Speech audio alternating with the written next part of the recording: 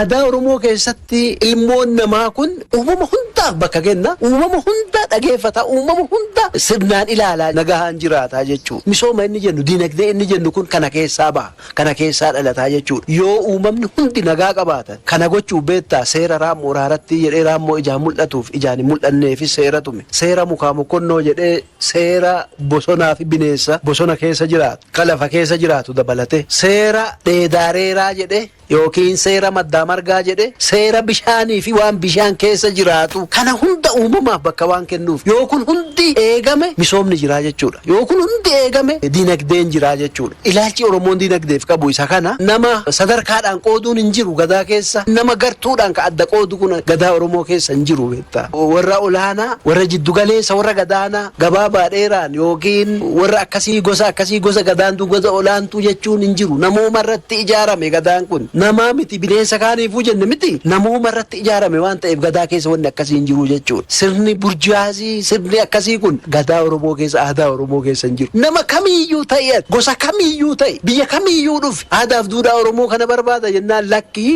ati gosa kanaa gosi kun gadaatti makamuu hin danda'u jedhee ofirraan deebisu. Sirritti hubatamuu qaba. Biyyaa gamundaan badhaatirraa oomishnee hiyyummaa injifachuun dirqama. Mootummaan illee biyyaa fi uummata maraamartoo hiyyummaa keessaa baasuu fi karoora imala badhaadhinaa qopheessee xiyyeeffannoo olaanaan hojjetaa jira. Imala badhaadhinaa keessaa karoorii badhaadhina maatii isa tokko. Karoorri kun dhimmoota xiyyeeffannoon kennamee fi 3 maaltu akka oomishamu, hagamii akka oomishamuu fi kan oomishamirraa hagam akka qusatamuu kanneen jedhani. Qonnaan bulaan magaalaa fi baadiyyaalleen dhimmoota kanneen milkeessuu fi hubannoo argate hojiin bal'aan jira. Kun immoo hojii hubannoo walirra hin cinne gaafata. Misoom qonnaa magaalaa babal'isuun magaalaan Finfinnee jijjiirama guddaa irratti argamti. Sagantaa maaddii guutuu akka biyyaatti qabamee hojjetamaa jiruun dhiyeessii nyaataa madaalawaa mirkaneessuun hawaasa fayyadamaa tolchaa jirra kan jedhani kutaa magaalaa Raadaatti bulchaa aanaa 4 Abba Roobii Waamiti. Badhaadhina maatii irratti hojjechuuf jalqaba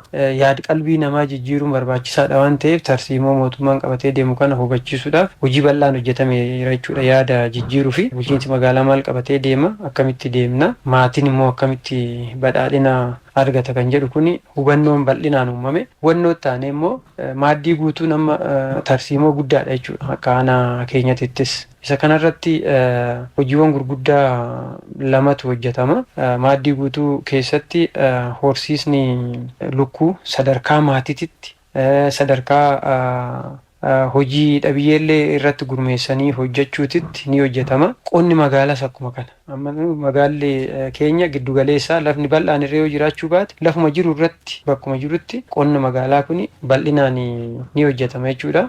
Kanaaf badhaadhina maatii mirkaneessuuf maaddii guutuu wantoota ijoo lamaan kanaan jechuudha kan hojjetamaa jiru jechuudha. Badhaadhinni maatii hundee badhaadhina biyya waan ta'eef qabeenya fi humna qabnu hundaa fayyadamne hiyyummaa injifachuun dirqama kan jedhan Abba Roobiin sagantaan maaddii guutuu jiraattonni magaalaa dhuunfanillee ta'ee gurmaanii horsiisa lukkuu oomisha kuduraalee fi muduraalee garaagaraatti bal'inaan akka hirmaatan tolchuun midhaan nyaatan of danda'urra darbanii galii dabalataa argachuun yeroo gabaabaa keessatti jiruuf jireenya isaanii fooyyeffachuun malka dabraa jira. Amma jiraattota aanaa keenya keessa jiran bal'inaan horsiisa lukkuu irratti ni hirmaatu. Kan ofii isaaniitiif fayyadaman akkuma jirutti ta'ee gabaatti illee ni baha jechuudha. Hanqaaquun amma gabaa tasgabbeessuu keessatti illee hojii guddaadha jechuudha. Maaliif sadarkaa mootummaattis hanqaaquu lukkuu horsiisa hanqaaquuf ta'u deeggarsi godhamaa warra abbootii qabeenyaatiin akkasuma ofiin illee piroojeektii garaagaraatu hojjetame maatii hunda bira dhaqqabuuf hojiin hojjetamu bal'aadha. Kun immoo mana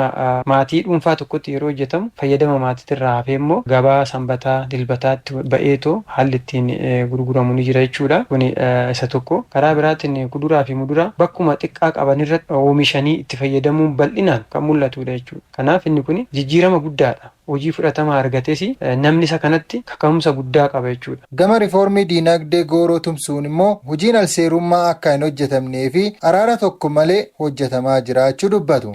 Boba'aa kuusanii kuufaman taane kaa'anii kan to'annoo geggeessineetoo seera jalatti akka deebi'u yookaan immoo tarkaanfii fudhatamu taasifamee jira jechuudha. Gara jaarikaanii 40 kan ta'u gara litiraatti yoo jijjiiramu litira 760 kan ta'u mana daabboo tokko keessatti kuufaman taane qaala'insa dabaluu keessatti kuni waan guddaadha jechuudha. Isa kana kallattiidhaan inni kuni to'annoon taasifamee toon kanaanis wal qabatee kan biraan kuufamuma minaanii garagaraallee xaafii kuntaala 40 ta'ullee akkuma kana iddoo biraarraa fidanii achi kaa'anii guyyaa sadaffaa keessatti qabamee gatii madaalamaadhaan hawaasaaf dabarfamee akka kennamu. Asirratti araarama hin qabnu jechuudha. Maaliif kuni qaala'insa namtolcheedhaaf iddoo hin qabnu akka aanaa keenyatti. Kanaaf to'annoo guddaadhaa fi tarkaanfiin fudhatamus barsiisadha jechuun barbaada. Hojii misooma kamuu geggeessuun kan danda'amu nagaa fi tasgabbiin barbaachisaa kan jedhan bulchaan aanaa Afurii Abroobii Waamii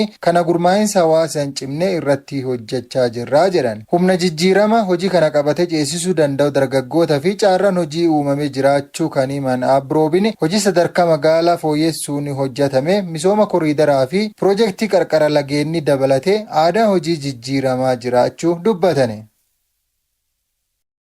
Dhukkubi istirookii jedhamu akka addunyaatti dhukkuba onneetti aanee lubbuu dhala namaa galaafachuun sadarkaa 2ffaarratti kan jiruu fi qaama nama hir'isuun ammoo sadarkaa 1ffaarratti argama jedhame. Dhibee istirookii haala jiruuf jireenya jijjiiruun ittisuun ni danda'amaa jiru ogeeyyiin fayyaa. Dhimma kana irratti Taalilee Toleeraa waan qopheessite qabdi.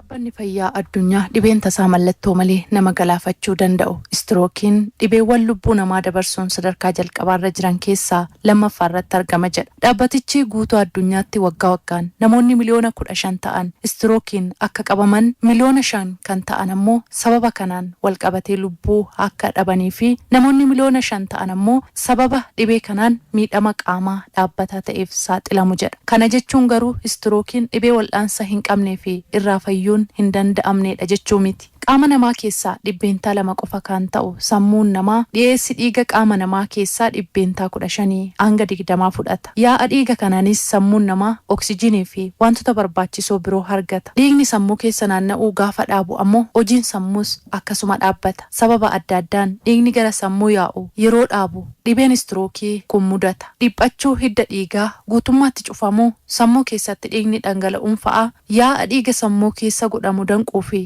sababa ta'uu dubbatu Dr. Caalaa Filee. Istirookii jechuun kutaan dhiiga qulqullaa sammuu keenyatti raabsu cufamuutiin yookaan dhiphachuutiin yookaan immoo ujummoon dhiigaa gara sammuutti dhiiga fidu kun dhohuutiin sammuu keenya keessatti dhiigni dhiiguutiin rakkoon fayyaa uumamu istirookii jedhama jechuudha. Mallattooleen kana wal qabatanis immoo sa'aatii 24 fi sanaa ol kan turanii fi rakkoon fayyaa sababii dhiigni dhangala'uutiin yookaan immoo ujummoon dhiigaa kan sammuu keenyaaf raabsu cufamuutiin rakkoon uumamu istirookii jennee waamna jechuudha. Dhukkuba kamiyyuu maal takka dhukkuba sanaaf nama saaxilu yoo beekan akkaataan ittiin ofirraa ittisan deebii gabaabaa qaba. Innis wantoota dhukkuba sanaaf nama saaxilan hir'isuu yookaan to'achuudha. Maarree kan dhukkuba istirookiis kanarraa adda waan hin taaneef wantoota isaaf nama saaxilu irraa of eeguun murteessaadha. Dhiibbaa dhiigaa ofii ilaalamuu fi yoo qabaatan yaalamuu, tamboo aarsuu dhiisuu fi namoota xuxanirraa fagaachuu, sochii qaamaa gochuu, dhukkuba sukkaaraa yoo kan qaban ta'e hordoffii osoo addaan hin kutin seeraan gochuu fi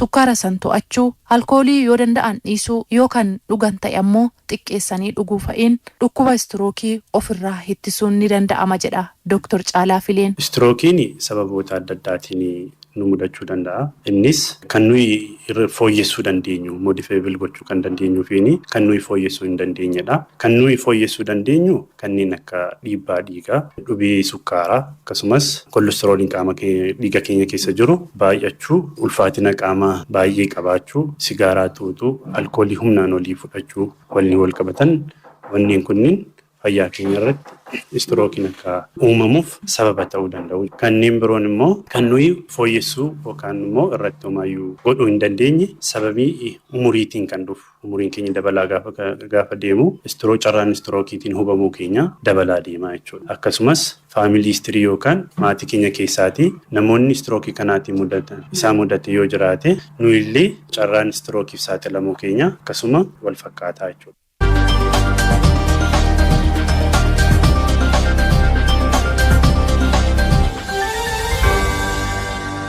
bitaa mirga laallatutu nurra jira. Har'a ijoolleen Oromoo doktoroonni, profesoroonni waa'ee nageenya kan baratte ijoollee meeqatu jira. Waa'ee nageenya akkamitti akka nageenyi bu'u haa mari'annu. Tooftaa biraa haa uummannu. Tooftaatti olii galluun maaltu jira tooftaa namatti olii galla jennu koottaa galaa. Nun baafne kun bara Kana wayyaanii itti fayyadamtee jirti. Amma maali tooftaa walii galuu afaan tokko dubbanna obboleessatu achi jira obboleettitu achi jira obboleessatu miidhamaa jira obboleettitu miidhamaa jira yoo tana goone hoo Oromoon waggaa 150 rakkate san 150 illee hin bulcha. Gonkumaa Oromoo harkaa eessattuu sossootu.